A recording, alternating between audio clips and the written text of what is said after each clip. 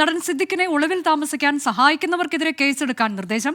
അന്വേഷണ സംഘ തലവൻ ജി സ്പർജൻ കുമാറാണ് നിർദ്ദേശം നൽകിയത്.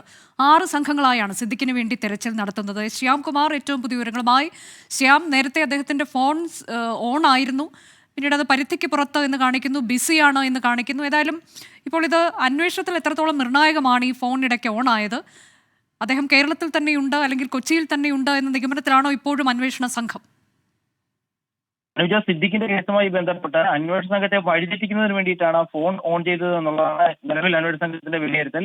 ആ സിഗ്നൽ പരിശോധിച്ചപ്പോൾ അത് പല സ്ഥലങ്ങളിൽ മാറുന്നതിന്റെ വിവരങ്ങൾ അന്വേഷണ സംഘത്തിന് ലഭിച്ചിട്ടുണ്ട്. സ്വാഭാവികമായും അത് അന്വേഷണ സംഘത്തെ സിദ്ദിഖ് ഉള്ള സ്ഥലത്ത് നിന്ന് വഴിതെറ്റിക്കുന്നതിന് വേണ്ടിയിട്ടുള്ള ശ്രമമാണ് നടത്തുന്നതെന്ന വിലയിരുത്തലിലേക്കാണ് എത്തിയിരിക്കുന്നത്.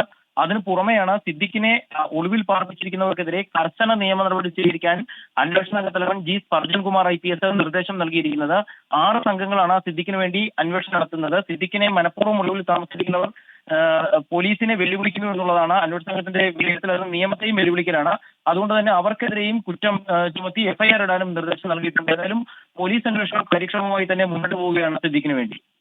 ശരി, നടൻ സിദ്ദിഖിനെ ഒളിവിൽ താമസിക്കാൻ സഹായിക്കുന്നവർക്കെതിരെയും കേസെടുക്കാനാണ് നിർദ്ദേശം നൽകിയിരിക്കുന്നത്. സ്പർജൻ കുമാറാണ്, അന്വേഷണ സംഘ തലവനാണ് അദ്ദേഹം. അതിനിടെ ഇപ്പോൾ ഫോൺ ഓൺ ആകുന്നു എന്നൊക്കെയുള്ളത് അത് അന്വേഷണ സംഘത്തെ വഴിതെറ്റിക്കാൻ വേണ്ടിയാണ് എന്ന നിഗമനവും പോലീസിനുണ്ട്.